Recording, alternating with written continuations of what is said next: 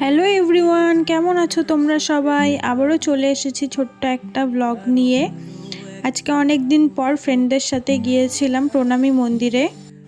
ফার্স্টে গিয়েই ঠাকুরের দর্শন করে নিলাম। আর এখনও আমার বিয়ে হয়নি বলে ওরা এভাবে আমার বেজ্জতি করছিল, জাস্ট একবার শুনো। আচ্ছা, তোর মাথার উপরে যে ঘুরছে এগুলা কি তোর বিয়ের বরযাত্রী? হ্যাঁ, ওদেরকে আগের থেকে ইনভাইট করছি, তো তার জন্য আগের থেকে এসে দাঁড়ায়। আর কি করা যাবে, মনে পাথর চাপা দিয়ে ওর কথার অ্যান্সার দিলাম। তারপরে কয়েকটা ভিডিও ফটো তুলে বেরোবো।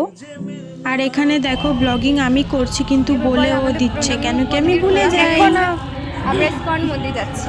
এখন আমাদের প্রণামী মন্দির ঘোরা কমপ্লিট। এখন আমরা যাব স্কনে, তো তোমরা ব্লগটা দেখতে থাকো, তারপরে স্কনে দেখা হচ্ছে। তারপরে ফুচকা খেয়ে স্কনে চলে আসলাম। আর এখানে এসে দেখি যে কিছুক্ষণের মধ্যেই সন্ধ্যা আরতি হবে, তার জন্য সবাই ওয়েট করছিল। আর আমারও এই সন্ধ্যা আরতিটা দেখতে খুব ভালো লাগে, মনটা একদম শান্ত হয়ে যায়। दर्द जो दिए थे तुमने आंसू बन गए। আর এখানে আমি ওকে বলছিলাম যে বল সবাই যেন আমাকে ফলো করে দেয়, তখন ও বলছিল আমি তো নিজেই তোকে ফলো করি না।